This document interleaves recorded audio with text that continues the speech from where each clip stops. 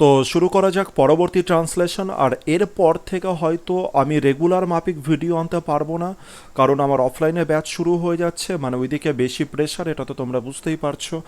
তো যাই হোক, যখনই সময় পাবো আমি ভিডিও আনবো। আর তোমাদের যেটা কাজ হচ্ছে যে কিছুদিনের মধ্যেই এক্সাম চলে আসছে সামনে। তো তোমাদের যেটা কাজ প্রতিনিয়ত, এখন থেকে এটা প্রতিনিয়ত ডিউটি করে নাও, যে প্রতিনিয়ত একটা সময় নাও, যে 45 নাও অথবা 46 বা 50 মিনিট, 45 থেকে 50 মিনিটের মতো সময় নাও। যে সময়ের মধ্যে ছখানা টপিক তোমরা কমপ্লিট করো, পুরো টাইম ধরে কমপ্লিট করো। এটা সবার আগের জিনিস আমি তোমাদেরকে এই জিনিসটা বলছি, কারণ যারা ফলো করছো অনেকেও হয়তো মানে আমার উপরে আমাকে অনেকে বিশ্বাস করে ফেলেছো। তো তাদের উদ্দেশ্যে স্পেশালি এই কথাটা বলছি, এখন থেকে পুরো শুরুয়াত করে নাও, 45 থেকে 50 মিনিট সময় নাও ঘড়িতে, আর পুরো দমে লেখা প্র্যাকটিস করো। বিশ্বাস করো এটা খুব বড় একখানা জিনিস হবে পরীক্ষার হলে হেল্পের জন্য। নাম্বার 2 জিনিস বলবো, যদি কোনো রকম কারোর এখনও প্রবলেম থেকে থাকে যে কিভাবে প্রেসি করব, কিভাবে রিপোর্ট করব, তো তাদের জন্য বলছি ভিডিও যে আমি শুরুয়াতের যে ভিডিওগুলো করেছি না, যেমন রিপোর্টের শুরুয়াতের ভিডিও, প্রেসির শুরুয়াতের ভিডিও, তো সেগুলোকে দেখবে খুব ভালো করে।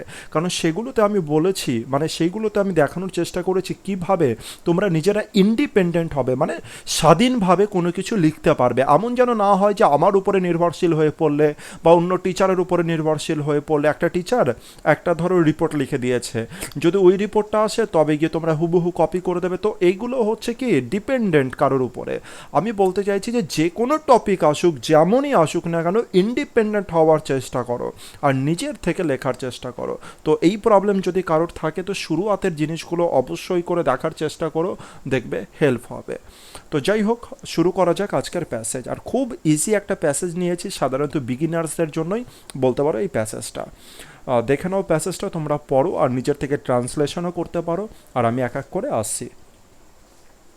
প্রথম লাইনে বলেছে, কোনো নাগরিকের পক্ষে সবচেয়ে গুরুত্বপূর্ণ বিষয় হলো একজন ভালো মানুষ হয়ে ওঠা। আমি কি বলেছিলাম ট্রান্সলেশনে, যখনই মনে হবে যে একটু ডিফিকাল্টে লাগছে ল্যাঙ্গুয়েজকে, তখনই না বা এই ল্যাঙ্গুয়েজকে একটু সাজিয়ে নাও, যে আমি কিভাবে লিখব এটাকে একটু সাজিয়ে নাও। যেমন দেখো এখানে কি রয়েছে, কোনো নাগরিকের পক্ষে সবচেয়ে গুরুত্বপূর্ণ বিষয় হলো একজন ভালো মানুষ হয়ে ওঠা। তো কি বলতে পারি, কোনো নাগরিকের পক্ষে, এটা তো একটা পার্ট বুঝতে পারছি। সবচেয়ে গুরুত্বপূর্ণ বিষয়, সবচেয়ে গুরুত্বপূর্ণ বিষয় এটা আর একটা পার্ট। হলো মানে হচ্ছে ভার্ব বুঝতে পারছি। একজন ভালো মানুষ হয়ে ওঠা এটা আর একটা পার্ট বুঝতে পারছি। তো এই পার্টগুলোকে ব্রেক করা খুব ইম্পর্টেন্ট, যেটা আমি লাস্ট 2-3টে ভিডিও ধরে ট্রান্সলেশনে আমি বারবার করে বলে আসছি।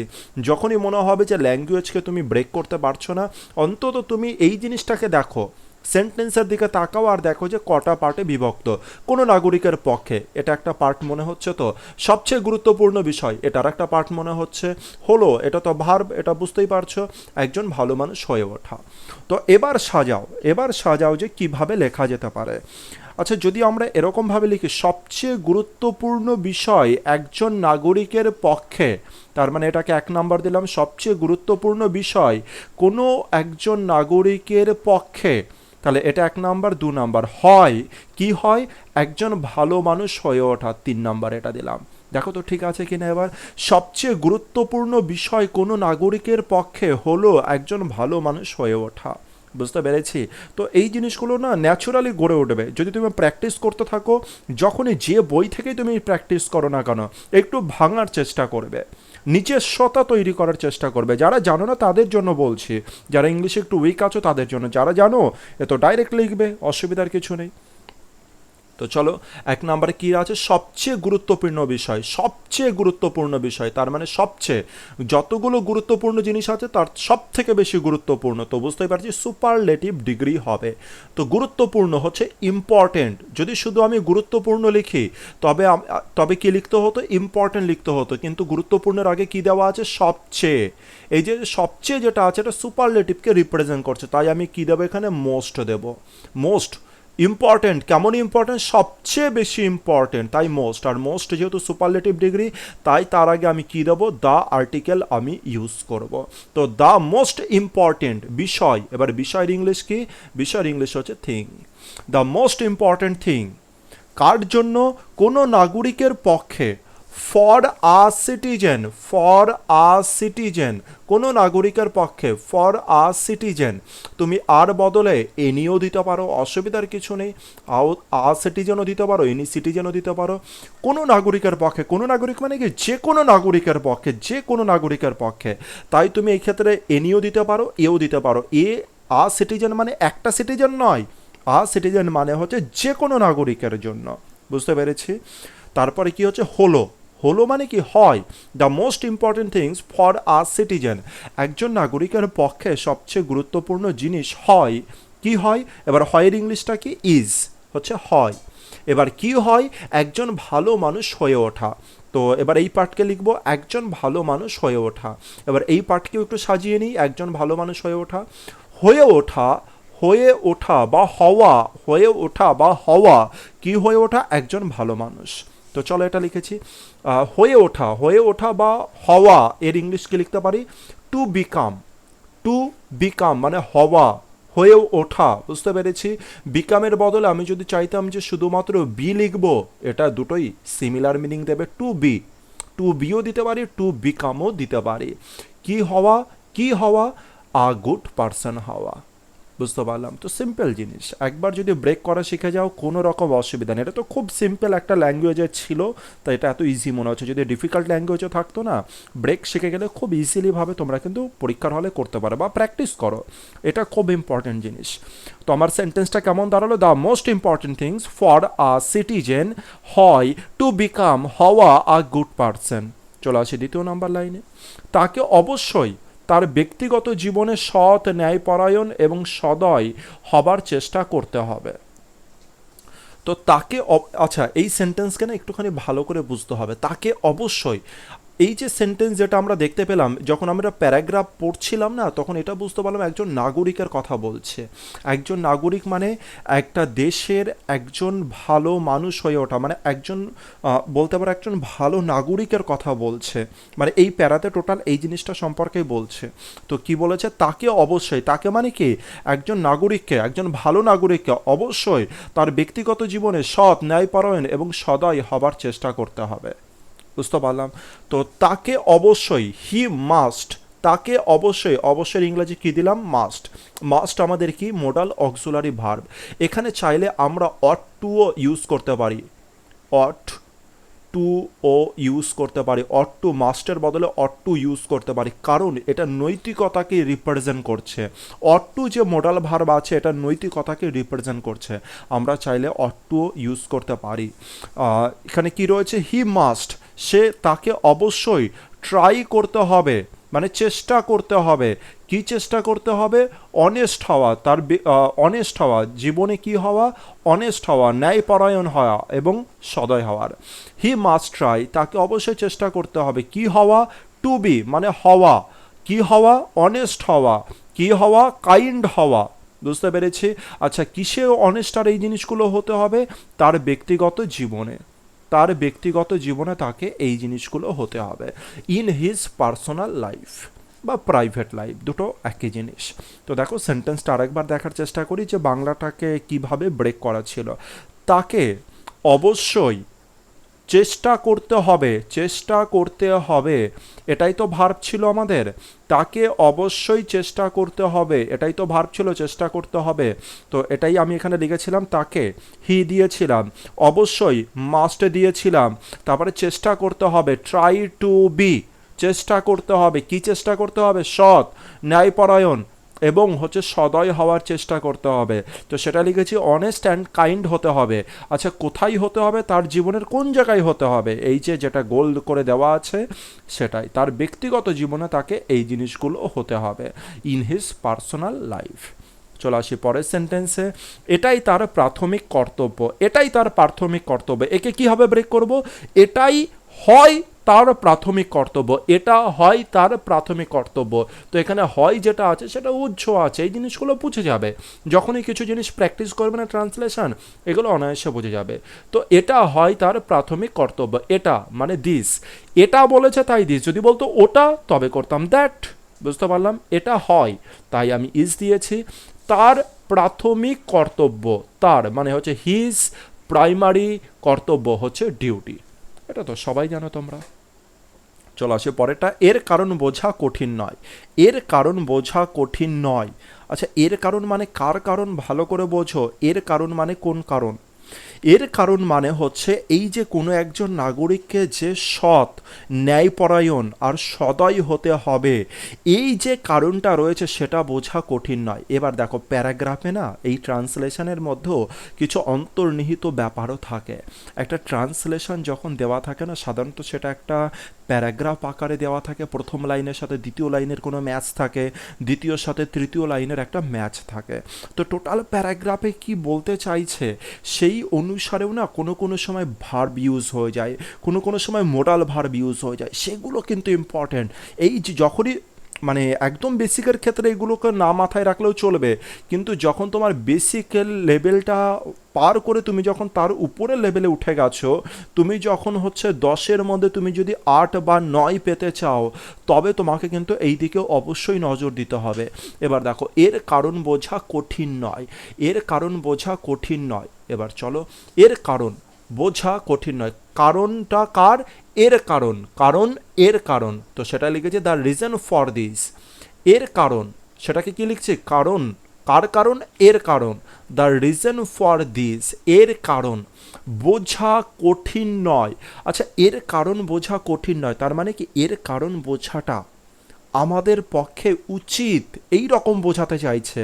আমিও একজন দেশের ভালো নাগরিক, আমিও একজন দেশের ভালো সিটিজেন, তাই আমারও উচিত, উচিত এই সেন্সে কিন্তু এটা ব্যবহৃত হচ্ছে। কেন উচিত সেন্সের আমি কথা বলছি? কারণ টোটাল প্যারাগ্রাফকে যখনই পড়বে না, তো এটা একটা নীতি, এটা একটা নীতিমূলক হচ্ছে প্যারাগ্রাফ। দেখো, এটা একটা নীতিমূলক প্যারাগ্রাফ যে একজন ভালো নাগরিকের হতে গেলে কি কি গুণাবলী থাকা উচিত, এটা একটা নৈতিকতার কথা বলছে। এই কারণে যে আমি মোরাল ভার্বটা এখানে ইউজ করেছি সেটা দিয়েছি শুড, উচিত। বুঝতে পেরেছি? এখানে তো আমি ডুও ইউজ করতে পারি, অন্য কোনো বি ভার্ব ইউজ করে দিতে পারি, এগুলো ইউজ করতে পারি, কিন্তু এখানে আমি কি ব্যবহার করলাম? Should, modal auxiliary verb use করলাম। Should not, the reason for this, এর কারণ আমাদের বোঝা কঠিন নয়। Should not be difficult. Should not, শুডের পর একটা কি বসে? বি ভার্ব বসে, তাই এখানে বি ভার্ব বসিয়েছি। বি ভার্ব মানে কি শুডের পর একটা মেন ভার্ব বসে, মধ্যে কথা। কিন্তু এখানে তো ডিফিকাল্ট তো মেন ভার্ব নয়, তাই আমি এখানে কি বসালাম? কি কোন ভার্ব চলে এলো? বি ভার্ব চলে এলো। আর বি ভার্বের কোন রূপ বসবে? এটা যেহেতু মোডাল অক্সিলারি ভার্ব, তাই এরপরে কি বসবে? ভি জিরো ফর্মটা বসবে। বি ভার্বের ভি জিরো ফর্মটা বসবে, তাই এখানে বি ভার্ব বসেছে। যদি শুডের পরে কোনো ভার্ব থাকতো তবে আমি বি কে আর আনতাম না। এই কথাটাকে একটু মাথায় রেখো। যখনই কোনো মোডাল অক্সিলারি ভার্ব থাকবে, এরপরে যদি কোনো ভার্ব না থাকে, তখন হওয়া সেন্সে তুমি বি ভার্বকে ইউজ করতে পারো। বুঝতে পারলাম? তো the reason for this should not be difficult to understand. তো কি বোঝাতে চেয়েছে? এর কারণ বোঝা ডিফিকাল্ট নয়।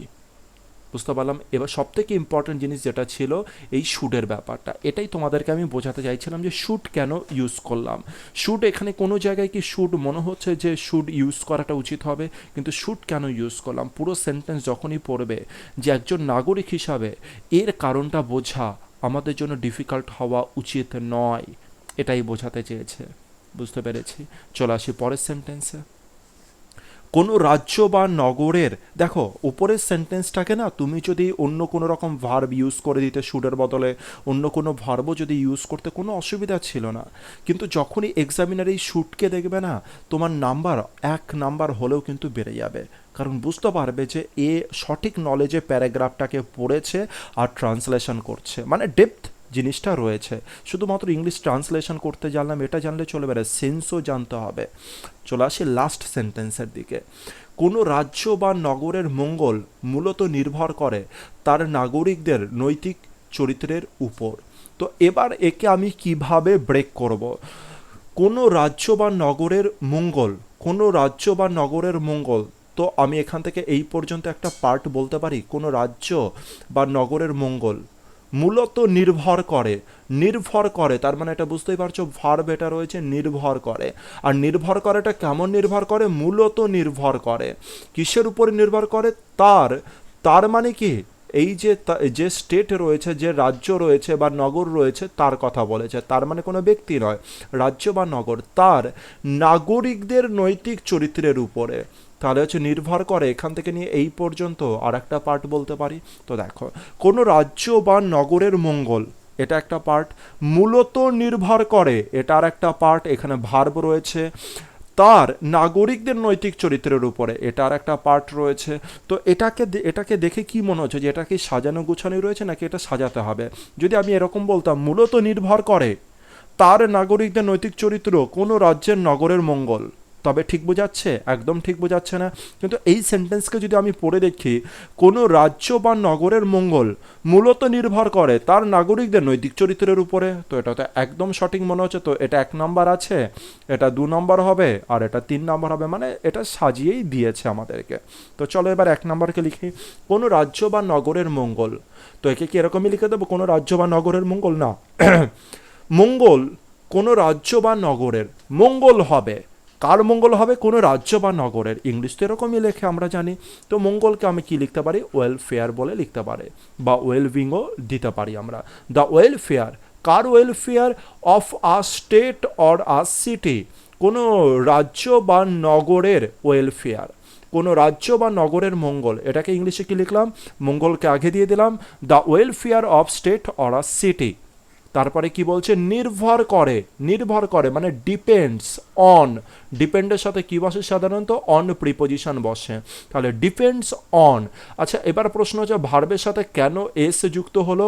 কারণ এখানে না ওয়েলফেয়ার যেটা রয়েছে, মঙ্গল, এই মঙ্গলটাই হচ্ছে সাবজেক্ট। দ্য ওয়েলফেয়ার যেটা রয়েছে এটাই হয়ে গেল আমাদের সাবজেক্ট। এই সাবজেক্ট যেহেতু সিঙ্গুলার, তাই এখানে ভার্বও হয়ে গেল সিঙ্গুলার, তাই ডিপেন্ডের সাথে কি যুক্ত হলো? এস যুক্ত হলো। তা the welfare of a state or a city depends on, নির্ভর করে। এবার নির্ভর করার আগে আরেকটা ওয়ার্ড ছিল, সেটা হচ্ছে মূলত। মূলতকে আমরা কি লিখতে পারি? আলটিমেটলি।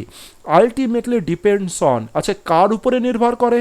এবার অবজেক্টটা লিখে দিই, দ্য কি বলেছে? তার নাগরিকদের নৈতিক চরিত্রের উপরে, তার নাগরিকদের নৈতিক চরিত্রের উপরে। তাহলে নৈতিক চরিত্র কার? তার নাগরিকদের। বুঝতে পেরেছি? ইংলিশে তো এরকমভাবে লিখতে হয়, নৈতিক চরিত্র কার?